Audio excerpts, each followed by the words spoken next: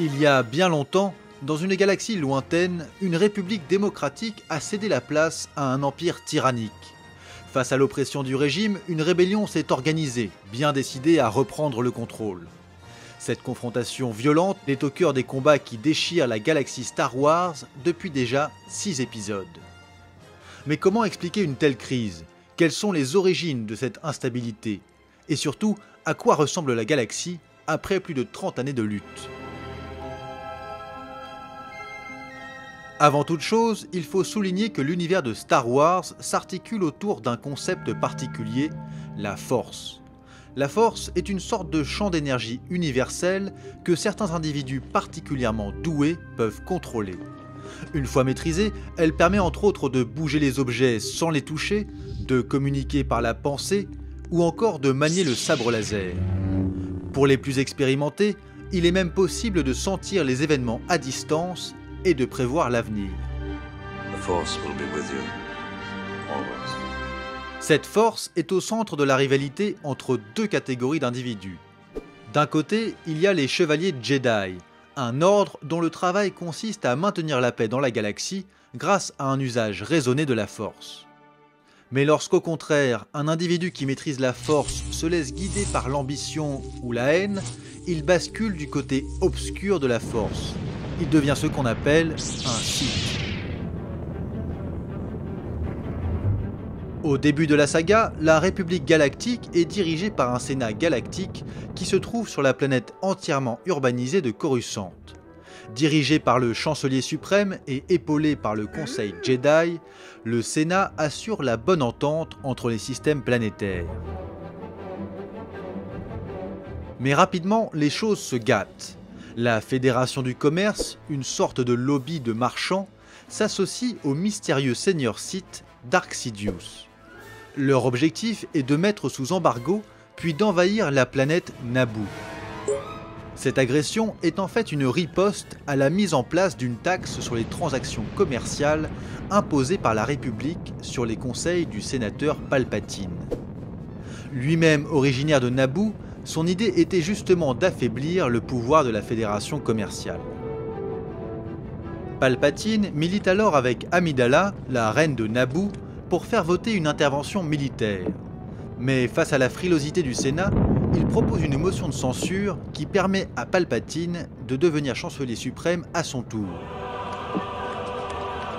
Et grâce à l'intervention du Jedi Obi-Wan Kenobi et de son futur apprenti Anakin Skywalker, les populations de Naboo s'allient pour remporter la bataille face à la Fédération du Commerce. Mais les tensions au sein de la galaxie se poursuivent. Alors que Dark Sidious stimule d'importants mouvements séparatistes, la désormais sénatrice Amidala milite contre la constitution d'une armée propre à la République qui épaulerait les Jedi en cas de guerre de sécession. Or, au détour d'une mission, le Jedi Obi-Wan Kenobi découvre sur la planète périphérique de Kamino une immense armée de clones. Cette armée aurait été commandée directement par la République. Les Jedi découvrent également que la Fédération du Commerce est à l'origine du mouvement séparatiste et qu'elle prépare de son côté une armée de droïdes. De fil en aiguille, les Jedi et le Sénat mobilisent l'armée des clones et le chancelier Palpatine en profite pour se faire attribuer les pleins pouvoirs. Toujours menés par Obi-Wan Kenobi et Anakin Skywalker, les forces de la République mènent de nouvelles batailles contre les séparatistes.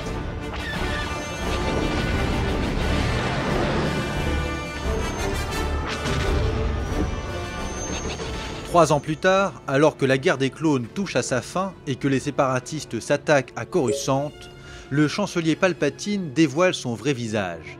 Dark Sidious et lui sont une seule et même personne. Depuis des années, il a usé de son rôle politique pour manipuler la République et ses lois dans le seul but d'organiser un coup d'État.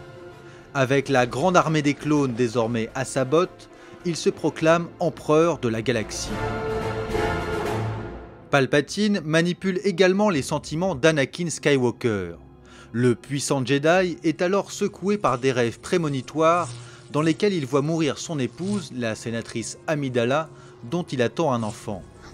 Palpatine lui assure que seul le côté obscur de la Force lui permettra de la sauver.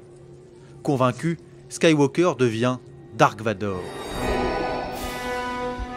Pour achever son plan et régner en maître absolu sur la galaxie, Palpatine ordonne à l'armée des clones et à Vador d'éliminer tous les Jedi de la galaxie, ainsi que ses anciennes marionnettes, les leaders séparatistes.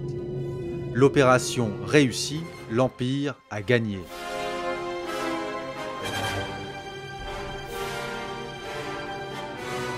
Seuls rescapés de cette purge, les maîtres Jedi Yoda et Obi-Wan Kenobi parviennent à sauver les deux jumeaux d'Amidala et de Skywalker. Ils les cachent séparés, Leia sur la planète Alderaan et Luke sur Tatooine. Mais l'histoire ne s'arrête pas là. 20 ans plus tard, l'empereur Palpatine règne en maître sur l'Empire galactique, secondé par Dark Vador. Ensemble, ils mettent au point une base spatiale surpuissante, l'Étoile de la Mort. Entre-temps, une opposition armée a vu le jour, l'Alliance rebelle, qui arrive par chance à dérober les plans de cette machine de guerre. L'une des responsables de la rébellion, la princesse Leia, est chargée de mettre ses plans en lieu sûr. Sur son chemin, elle est capturée par les troupes de l'Empire et doit transmettre les plans à Obi-Wan Kenobi. Le vieux Jedi, qui vit caché sur la planète Tatooine depuis la chute de la République, recrute alors un jeune fermier, Luke Skywalker. Il lui enseigne les rudiments de la Force et le pousse à s'engager aux côtés des rebelles. C'est alors que l'Empire utilise le rayon laser de l'Étoile Noire pour annihiler la planète Alderaan et intimider la rébellion. De son côté, Luke Skywalker, aidé par le contrebandier Han Solo, organise l'évasion de la princesse Leia. Mais au cours de l'opération, Dark Vador affronte Obi-Wan Kenobi et l'élimine. Les survivants rejoignent malgré tout la base secrète de l'Alliance rebelle sur Yavin pour préparer la contre-attaque. Et lors de l'assaut contre l'Étoile de la Mort, Luke Skywalker parvient grâce à la Force à détruire la station spatiale et signe par là même la première grande victoire de la rébellion.